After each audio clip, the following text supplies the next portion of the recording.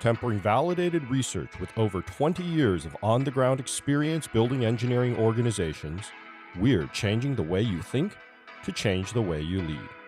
Welcome to the TTL Podcast.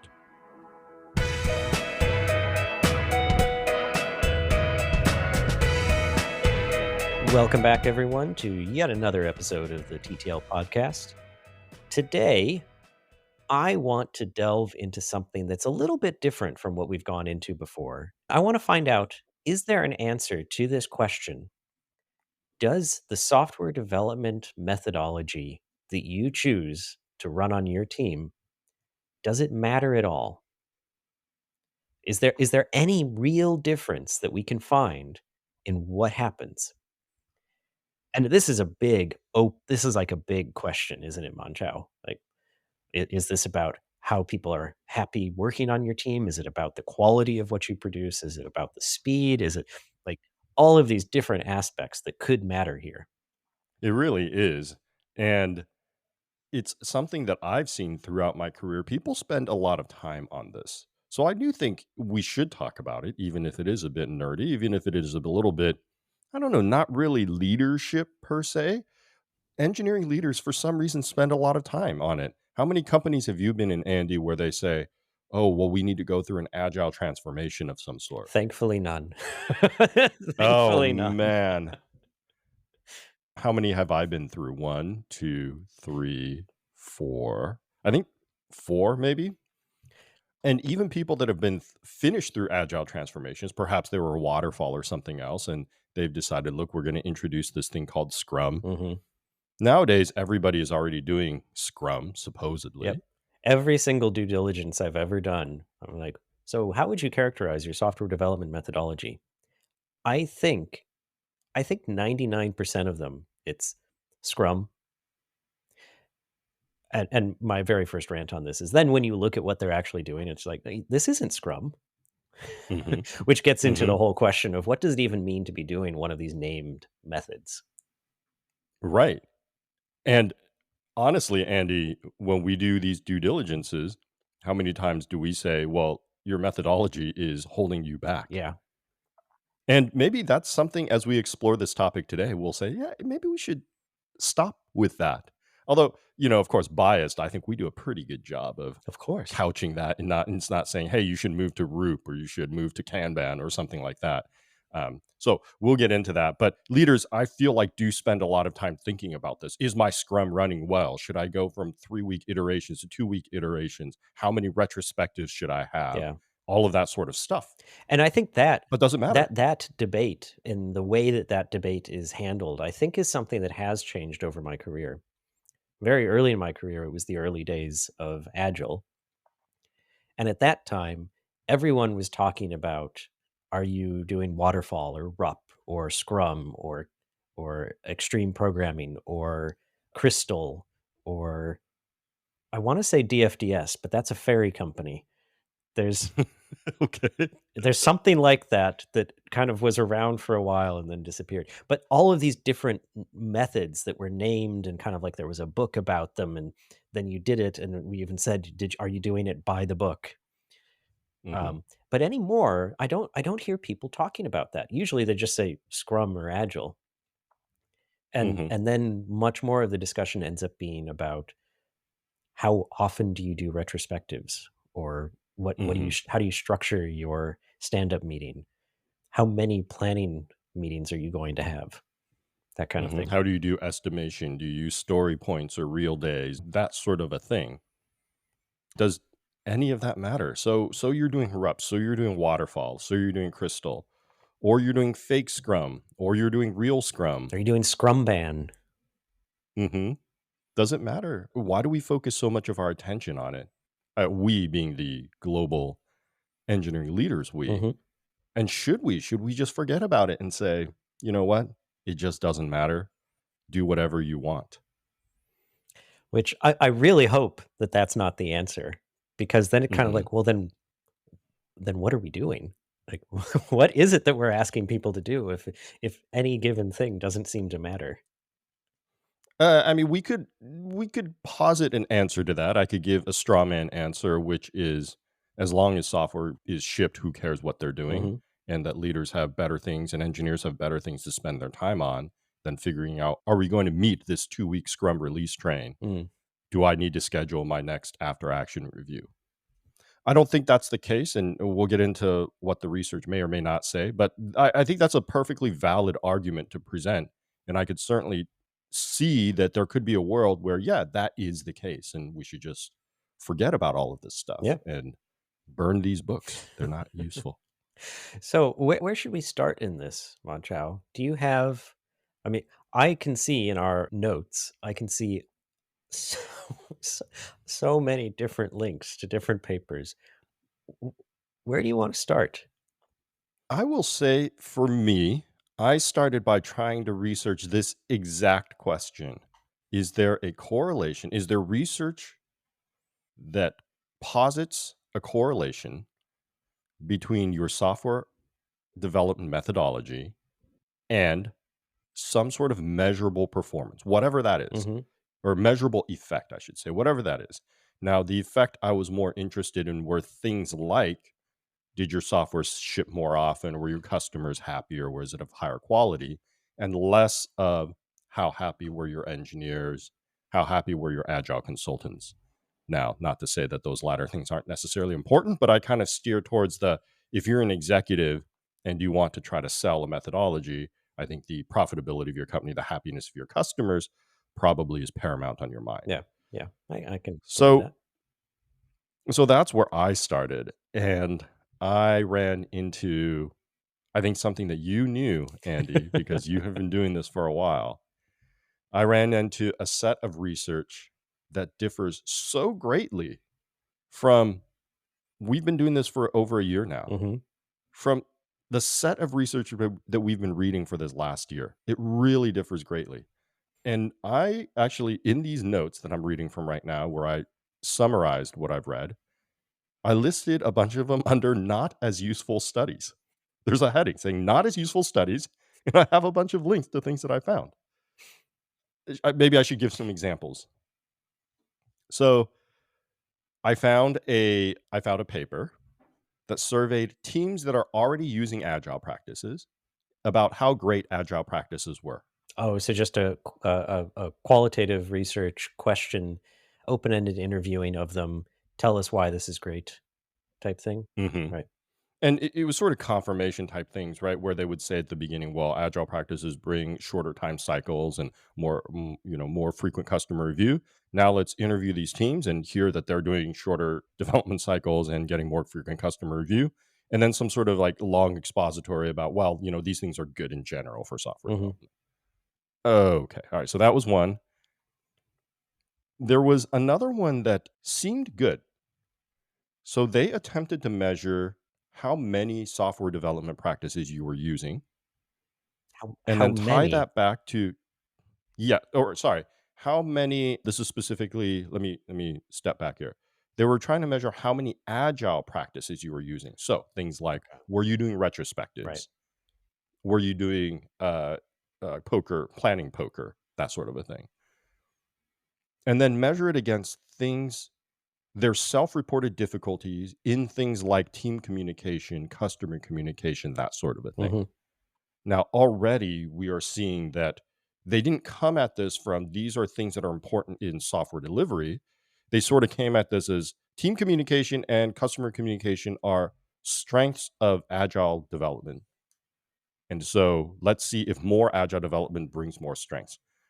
It's a little bit better because I think we can all agree that team communication, customer communication is important. Yeah. So it's not like they just took that out of nowhere. And then they said, well, do the number of practices that we, agile practices that teams do, that teams practice, the number of agile practices that teams practice, do they correlate with fewer issues in team communication, customer communication, that sort of a thing? Yep. And they seem to find some correlation. But if you look at their numbers, and I'm not a statistician here, so somebody definitely read it and tell me if I'm wrong. All their R values were under zero point 0.3. So an R of point 0.3, if you don't know, so, R values is a measure of the correlation, and then a an interpretation that is often provided on R values is what's called R squared. And so you take Mhm. that R value and you square it. And then the interpretation, there's multiple different ways people try to interpret it, but the common one, the most common one I've ever seen is that you interpret R squared as how much of the dependent variable is explained by the independent variable. So in this case, it's how much of that team communication score is explained by this agile process count or agile practice count. And in this Mhm. case, a score of an R score of zero point 0.3 is 9%. Mhm. So it explains some, but not really that much. And the funny thing is they even mentioned that there were things that were, they said, highly correlated versus lower correlation, but I could not find why that was in terms of R value and R squared values. Oh, Just the values seem pretty much the same. So, that was one paper. There was a paper, it was a literature review of studies of software development methodologies that showed that waterfall, agile, scrum each have their own pros and cons. Makes a lot of sense, right? hmm And then they concluded that while in the modern world, adaptability is the most important thing for good software. So therefore, agile, of course, best.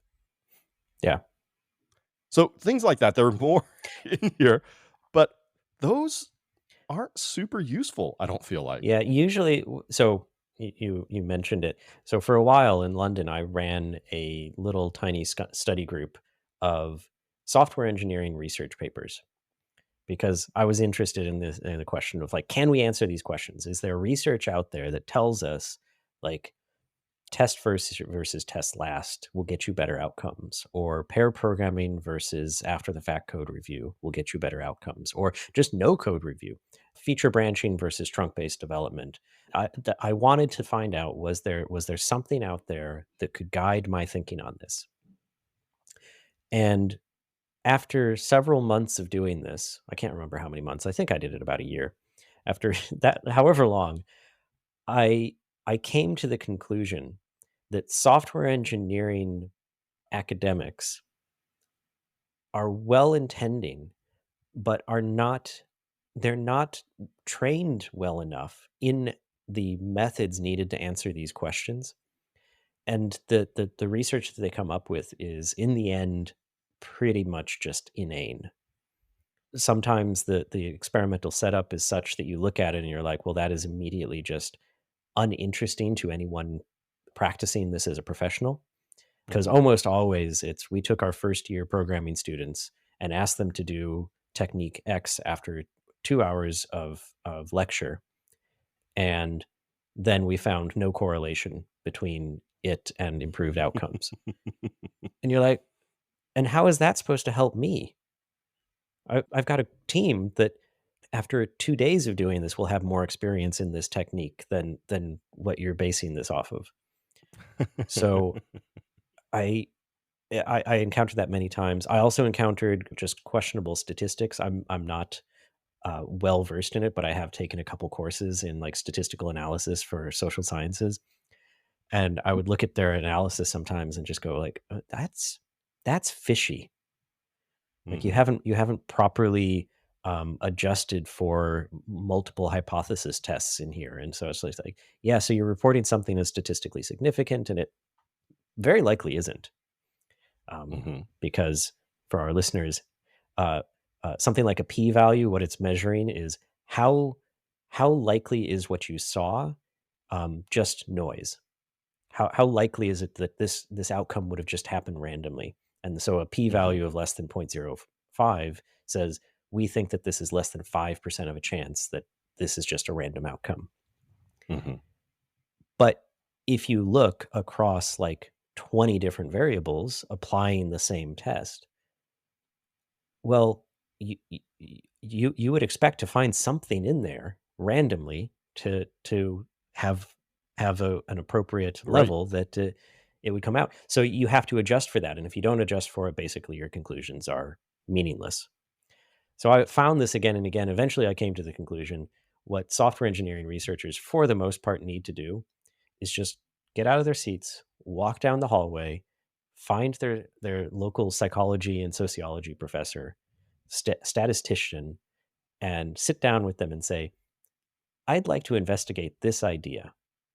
Help me do that. Because my biggest criteria, the most profound, and I didn't do it during this research. I should have, but I didn't have time. But the most profound thing that I found in assessing the quality of software engineering research is in looking at the list of authors, and Mhm. is there one of them who is not from the computer science department? Oh, interesting. If you get someone who's not from the computer science department, you've almost certainly got some okay research. Interesting. Huh, I'm gonna have to look that up. I've been doing research on a completely different thing and finding some papers that I'm gonna use that metric, that heuristic. And they don't even like to this point, one of the best papers, it was a qualitative research paper. I think I might have mentioned it before. It's called Reconciling Perspectives. It was a grounded theory qualitative research paper. The non-computer science, non-software engineering person on it was from the nursing school, Mhm, mhm. and it was good. And I've talked to the primary author, and he was like, "Oh yeah, she told us how to do this, and it was good." So, you have a lot of experience here. Unfortunately, I mostly read social science papers. Even when I was doing my own reading groups, it was very much about things like trust building or feedback giving, that sort of a Yeah, thing. Didn't dive into the, software engineering, computer science groups writing research papers much on this type of yeah, thing. Did you, Andy, find anything better in your research than I found in mine? I found a couple things that were so-so, yeah. but maybe you found things that were even better than that. No, I found basically so stuff. So I spent most of my time looking through, because I thought it sounded promising, the Journal of Empirical Software Engineering, and trying to see what kinds of things about the software engineering discipline they would have in there. And it was all, from my perspective, all fairly so. There were a lot of things that hint in a direction, but don't give Mhm, clarity. mhm, And it's the same things we see. It's like there are a lot of hints in the direction that agile practices help, but it's not just agile. Like, I think that's one of the things I always found the most frustrating about so much of this research is they're like, do agile practices help? And it's like, well, this is a whole universe of practices and philosophy and ways of doing things that you can't just say, oh, do you do agile and know what they do? mhm, right. And so what I started finding was, let's see, how do I say this? So so I found one paper, for instance, that says, um, there was a small effect size, but statistically significant, meaning that it seems to be there. It's not random chance, but it has a small effect, and and they're not sure if it's even big enough to be practically relevant, as they say. That how you scale your agile teams. So, are you using less or safe or one of these other scaling approaches has any kind of impact? Mhm, So basically, and this matches with my understanding of what like practitioners would say, which is however you decide to scale, it's all going to go poorly. So just stop trying to scale and find ways instead to keep small. The other things I found were I tried looking for I because I love TDD. I tried looking for is there anything about TDD, and it's all mixed. Everyone kept mhm, finding mixed results. But on the other hand, it's like psychology of the 1960s. Everything is being tested on the Western Anglo-Saxon university student, mhm, mhm, and then one though had the insight. They tried to do a look at does TDD versus iterative test last is I think what they called it, ITL. Is there a difference there? And they actually they were finding that TDD was less effective than test last. mhm. And they said, but this flies in the face of other research that says the TDD is better. And so they had to come up with a hypothesis. And their hypothesis was, well, it they found that it was slightly better for the students, and slightly Mhm. worse for the professionals because they did study of professionals and students. And Mhm. their hypothesis there is the professionals are not in a mindset to do something different. And so when they were asked to change what they were doing, their heart wasn't in it. And I've seen that in Mm. many other papers is that when Mhm. you go into an industry setting and you're like, we're going to do this, and you, I think, naively try to control the situation, people push back, don't actually do it or do something different. I mean, it's what we experience in our own lives, isn't it, Mon-Chaio? Is when you go in, you're working with a team and you're like, "Hey, I want you to do this." And then you start having the people saying, "But I don't think that's effective. I'm not gonna do it. Mhm. I don't." Mhm. And then you end up with it not actually happening. So, Uh, yeah. it gets into what we've talked about in the past with things like performance reviews or other types of things. I can't remember the most recent topic that we talked about this with, but it feeds into a lot of topics. This enumeration of expectations, processes, practices that are supposed to make things better. Mhm. And remember, whichever episode we were talking about it in, what the research showed is that so much of it comes from outside process work, right? It's somebody who's not following the process. Maybe this was that chaos episode that we were talking about. Mhm. Yeah. It's somebody that understands the intent of the practice, but is not exactly following the practice that ends up making all these things work around the edges. And that is the big problem with putting change in place where people's hearts aren't in it. Because what they can say is, for my performance review, so I don't get fired, I did each of these 10 things that you asked me to. But when I did test driven development with my pair, and I saw that they were not looking for the next test that we were supposed to write, I didn't stop them Yeah. because my job was simply to write this test before. Or when I noticed as I was writing this test that this module was very janky and difficult to test, instead of stopping and having a conversation, I just wrote a janky Yeah. test because what am I supposed to do? I was supposed to test first. So it's things like that that prevent these processes from really taking shape when you don't have buy-in. Yeah. And I think there was one paper that I found. What was the title of this? It was a teamwork effectiveness model for agile software development. And what they wanted to come up with was these kinds of things. What are those aspects of a team working well together? Their approach was focus groups and literature reviews.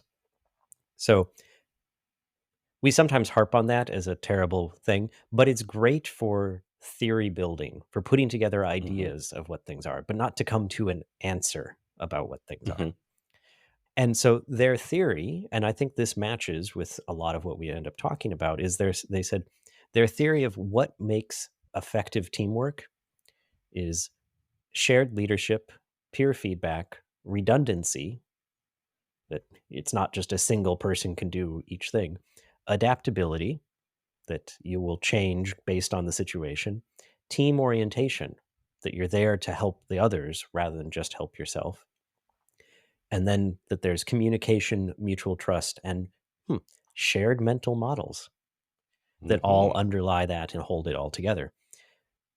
That kind of research in software engineering I actually find quite useful because what they're saying is that there are these commonalities out there. What I would Mhm. really love to see in software engineering research is then people trying to think of like, how would we check to see how these things play out Right. and whether a particular technique and in a natural experiment does one thing or does another. Mhm. And I've almost never found that kind of research. Right, and even when we were digging in this time, I was unable to find that research. It was either, "This is my mental model." There was definitely one paper that said, "I took a bunch of research around, the way teams perform, and now there's this well-studied mental model around collaboration, and I merged the 2, and here's my hypothetical model on a great way to perform software engineering. Right. Well, Okay, that's I've looked useful. at all these other methodologies, and here's a new methodology. Right, and that's useful, but it only gets us halfway there, not even halfway there. Right now, the question is, okay, can I take, say, root and Kanban, and can I say, I'm going to measure which one produces better shared mental models, Right, or which one leads to more adaptability, or which one leads to more interdependence between groups, right. things like Yeah. that. Answering those kinds of things. Which one of these allows for teams to be more autonomous? Now, I am gonna say, I think there is one thing that the research does fairly consistently find, but it's not gonna be a surprise at all. And I'll use this one bit of research, which is the effect of moving from a plan-driven to an incremental software development approach with agile practices. And what they found was the study came to the surprising result that plan-driven development is not suitable for a large-scale organization as it produces too much waste in development. So they call it a surprising result. I don't think it's all that surprising. Um, Mhm. I don't think so either. but that's the consistent thing that is found, which is that a Mhm, set and here you have to I think we have to get into a little bit of like what is the terminology used in this discipline for this stuff.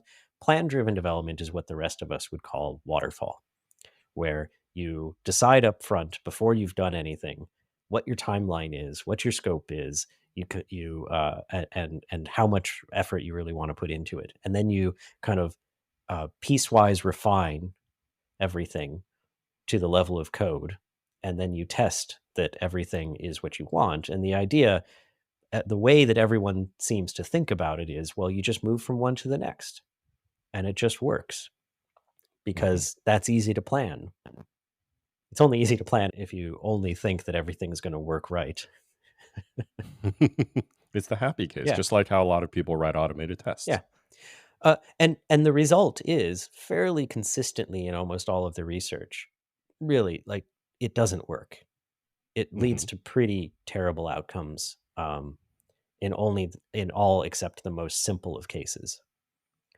I Yeah, agree, and this gets into what we've talked about before, this complex domain, whether you wanna use any sort of framework, whether it's Gneven or something else, where you can't predict what's going to happen in any sort of regularity. So, except in the most meaningless of cases, the most small case studies, this is not really going to work. And the funny thing then is a lot of people who purport to be doing agile practices, whether that's Scrum or whatnot, they still have plan driven development inside of their agile practices. yeah. So Or they go or into a outside of it where it's like, "Oh, an entire plan has already been devised, and now you're gonna do Scrum to deliver it." It's like, right, you're feeding it into the meat grinder now, yeah, right, to make your sausage, but like the everything else is defined. And I think we see that a lot. That's not great. I think we also see inside of Scrum a lot of, well, now I've defined my 2-week iteration. Now that plan is set. oh god, yes. Now anything that needs to enter that plan needs to go through a review. And if you didn't execute that plan, we need to do a retrospective on why wasn't that plan executed exactly as I planned it. Yeah, All of that is plan driven. yeah, yeah, Right. Now I will pause here and say, maybe this is something we want to get into next. It's not that you don't have any plan. I think that's also pretty terrible. But a lot of people who think they're doing Scrum or Agile are following plan driven development more than they're not. And I would say should not be surprised if they're not getting maximum value out of their development methodology. yeah. I've been working with a client that they tried to tell me that they do Scrum because they have sprints.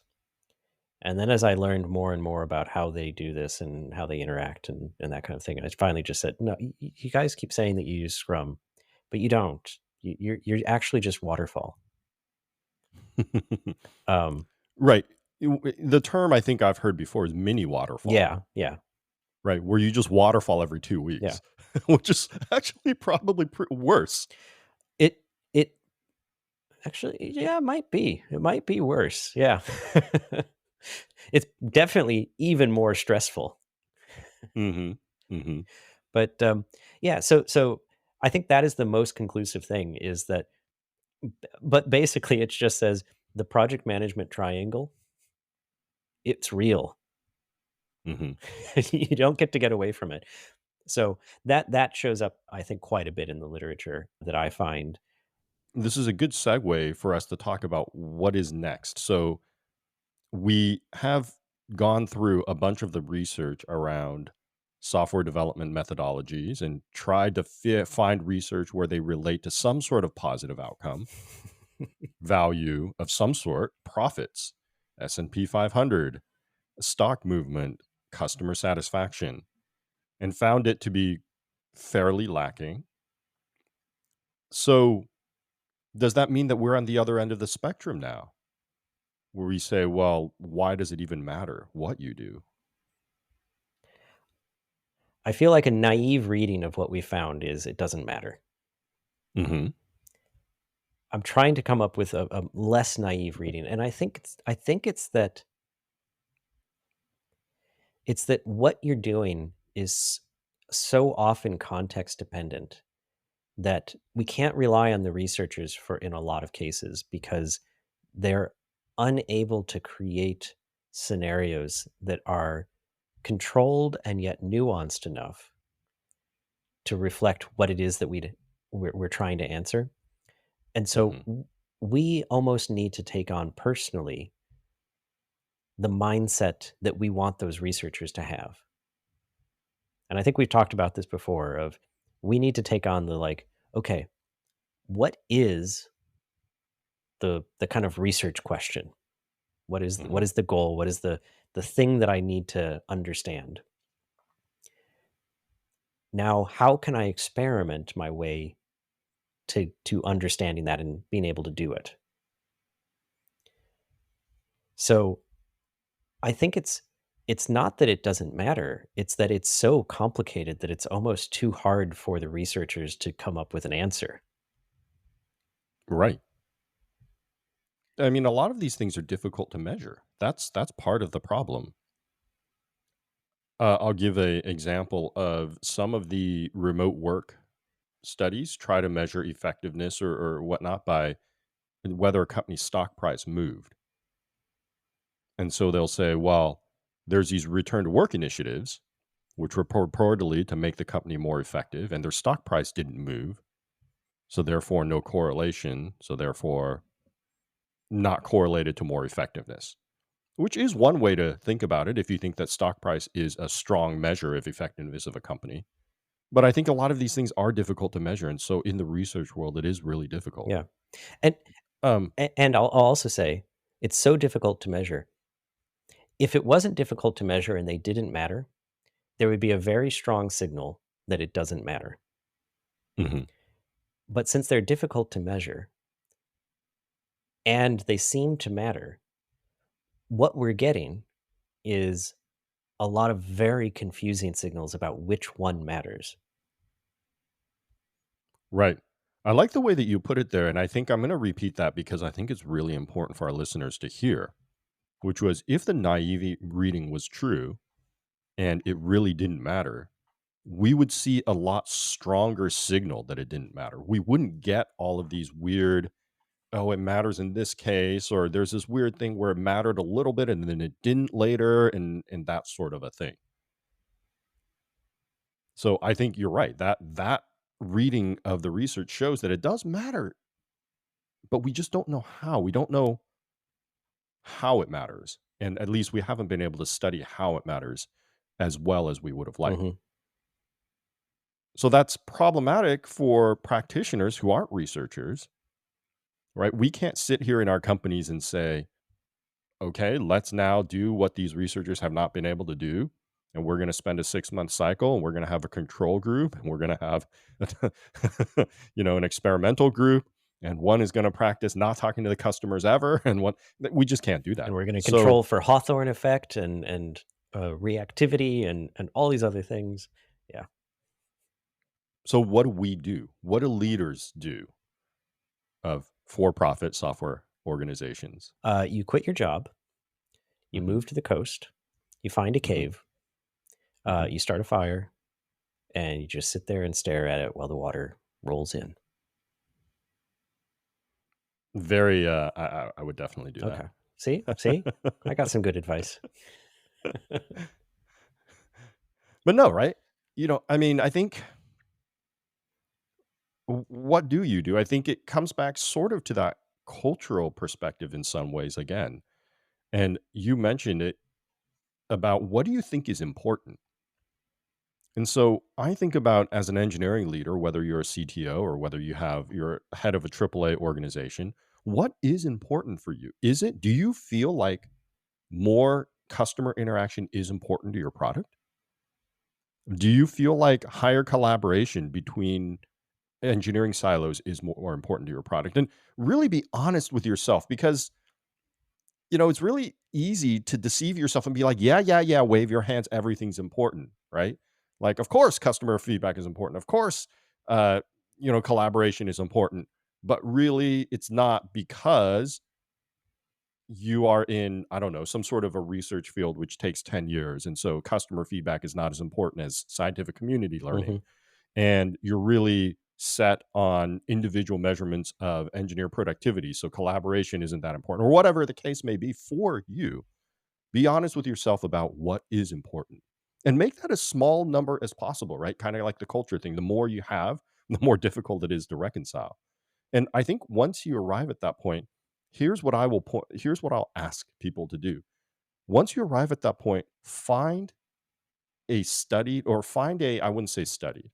Find a process that has been documented and tested that matches with what you care about and start there, template there. Don't just invent your own process because none of them match perfectly, Mhm. right? And then really try to get into that process and ask questions and be curious. Oh, that didn't work for me. Retrospectives didn't work for me. Why not? Okay, how many times am I going to try it? What are the tweaks I'm going to do the next time I do it to make sure it works for me? Yeah. And then over time, you will of course evolve that to your specific context, which is exactly what you should do. But don't start by evolving it too early and saying, "Well, that didn't work. None of this works. I'm just going to do this one thing because my company is a snowflake and I'm so unique." Yeah. I like that advice. I really like that. That understand what it is that you want. What is the group that you want to be putting together? I would add one thing, which is, and I think you were hinting at it, understand why. Not just Mm-hmm. not just like, "Oh, I want customer interaction," but why do you want this? Kind of try the 5 whys on yourself as you're trying to figure out, like, why is this important? And then, yeah, pick one of the existing methods that's out there. There's so many of them. Like, even though they're not coming out, like, out of the woodwork anymore like they were in the early 2000s, those are all still around. There's ones from the 80s, there's one from the 60s. Just pick up one of these what methods that people used and really get into it and see because it worked well for them. And I think that's always the key. These things were published because it worked well for them. And now you want to kind of get to the point where you understand what it is, why it worked, and try to figure out like, does it work for me? It Mm-hmm. matches my way of thinking. Now, maybe I can get it to work for me. Mm-hmm. Yeah, agreed. Agreed. And this all really, Andy, comes back to that learning mindset, that curiosity perspective. And that also has to extend down to your group. Going back to something we said way at the beginning of the episode, if your team does not buy in, it doesn't matter what method you choose, you're going to get but a shell of the effectiveness of it. Yeah. And so this again goes back to culture building, it goes back to storytelling, it goes back to all of these things that we talk about in all of our episodes. How do you then communicate to your team so that they can be bought in from the bottoms up? So you all can have the same shared mental model of what and why you're trying to achieve and why it's important. I wanna leave our listeners with a few of the things that we did look into that I think they should think about, but this is my own bias and my way of thinking about it.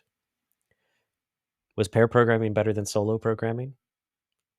Slightly stronger is the result, it seems. Mhm, Is TDD better than test after? Maybe just slightly. It's hard to mhm. say, but maybe just slightly is the hint. Are increments and adapting to the change better than working to a plan? That one seems to be very clearly, yeah, you should you Yes. should you should do incremental or iterative and accept change. Does it matter what way you try to make a giant team? Not really. It's just gonna be terrible no matter what you do if you try to get a giant team. And maybe we're naive here. I mean, I've worked at some pretty large companies. I don't feel like I'm naive, but maybe we're naive and you actually have to be able to somehow roll up all of these teams and they have to operate at the same increments and produce the same assets so that you can somehow aggregate them at the CTO level or whatnot. They all have to be in Jira so you can see all of their boards, your 13 teams laid out in a line and you can see lines moving. But I don't think No. so.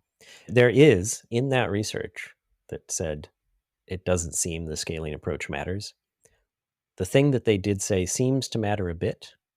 It says, among the control variables, a team's experience with Agile emerged as more influential.